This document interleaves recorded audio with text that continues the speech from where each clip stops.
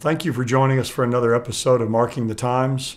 We appreciate you taking time out to watch these and tell your friends about them. And this is a great time of year. I love this time of year between Thanksgiving and the first of the year. A lot of great things happening. It's a great time, I always say, to be a pastor of a church. You get to talk a lot about the incarnation of Jesus, of his coming into the world. So I love this time of year. It's a great time to be together with family and with God's people.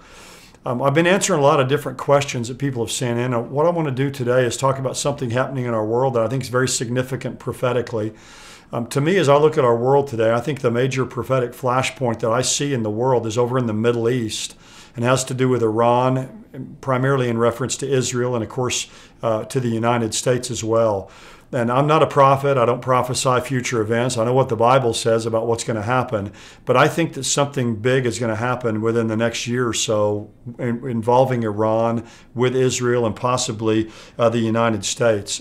It seems to me like the clock is ticking and there's a countdown to a crisis there in that part of the world. Let me give you just a few reasons why I say that. If you've been watching the news, I know the news has been dominated by the impeachment proceedings and all of that, but some other things are kind of flying under the radar with that. President Trump is saying he may send an additional 14,000 troops to the Middle East. Now, we know that something serious must be happening because President Trump's trying to get our troops out of that area, but now he's saying he may send more there. And the reason he would be sending them there is to deter Iran. There's a lot of intelligence, it seems like U.S. intelligence, that there's an Iranian threat against U.S. forces in the Middle East. So that's an interesting development that's taking place. Just in the last couple of days, the United States has intercepted a ship that had a lot of parts, carrying a lot of missile parts to Yemen. And of course, Iran is arming the Houthi rebels down there in Yemen. And Iran says that from Yemen, they can fire a missile that can hit Israel. So that's very significant. They found those parts. But one of the reasons I think that 2020, this upcoming year, is going to be a real pivotal year is there's a lot of stability in America in our political situation. We all know that right now. We see it happening on the news every day. And we have an election year coming up. And usually the last thing a president wants to do is get embroiled in some kind of a war setting during an election year. So Iran could be thinking, hey, President Trump, if we do something, he's not going to respond. So they could kind of be leveraging the 2020 election and the political instability in our country to cause something to happen, to have some kind of attack. Also, Israel has been unable to form a government. They've had 2 elections for prime minister, now a third one is probably upcoming.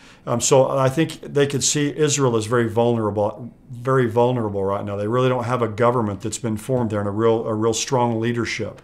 There's a lot of unrest in Iran right now. There's all kinds of turmoil in Iran. Really, there's more unrest there than there's been in 40 years since the beginning of the Islamic Revolution. It's been crushed and really brutally put down and suppressed. But one of the things Iran might do to kind of bring people together at home is to launch an attack. It's obviously one of the ways to kind of have people rally around and the nationalism of their country and to support the government. Also, there's an arms embargo that's been in place against Iran for several years that's going to end in October of 2020, which will enable Iran then to buy all kinds of advanced weaponry from nations like Russia and China. And of course, Israel knows that. And now they know that after October of 2020, all bets are off and Iran can go out there and buy all kinds of advanced weaponry. So Israel might feel the need to launch some kind of a preventive strike against Iran. Before they begin to get more advanced weaponry. We also know that as the U.S. has pulled out of the Iran nuclear deal, that Iran has quadrupled their centrifuges that are spinning, that are producing fissile material they can use in a nuclear weapon. We know that they're developing advanced missile technology that can be able to deliver a nuclear warhead. So with all of these different things kind of going on, it's kind of like the ingredients to a bomb, if you will. It's kind of the fuse has been lit and is burning, and this thing could go off there any time. One other thing I'll just mention, it's called over there around Israel right now the Ring of Fire. You have Hezbollah, who's up in Lebanon. You have Iran, who's in Syria. You have Iraq, obviously, that's on the northeastern border of the land of Israel. You have Islamic Jihad that's in Gaza down on the southwest border of Israel. These nations or these surrogates of Israel kind of have Israel in what's called the Ring of Fire, kind of encircling them. And very quickly, very easily, a spark could flash that could set off some type of really a regional war there. And I say all this in light of Ezekiel 38 that mentions Persia, or modern day Iran, as one of the nations that's going to invade Israel in the end times.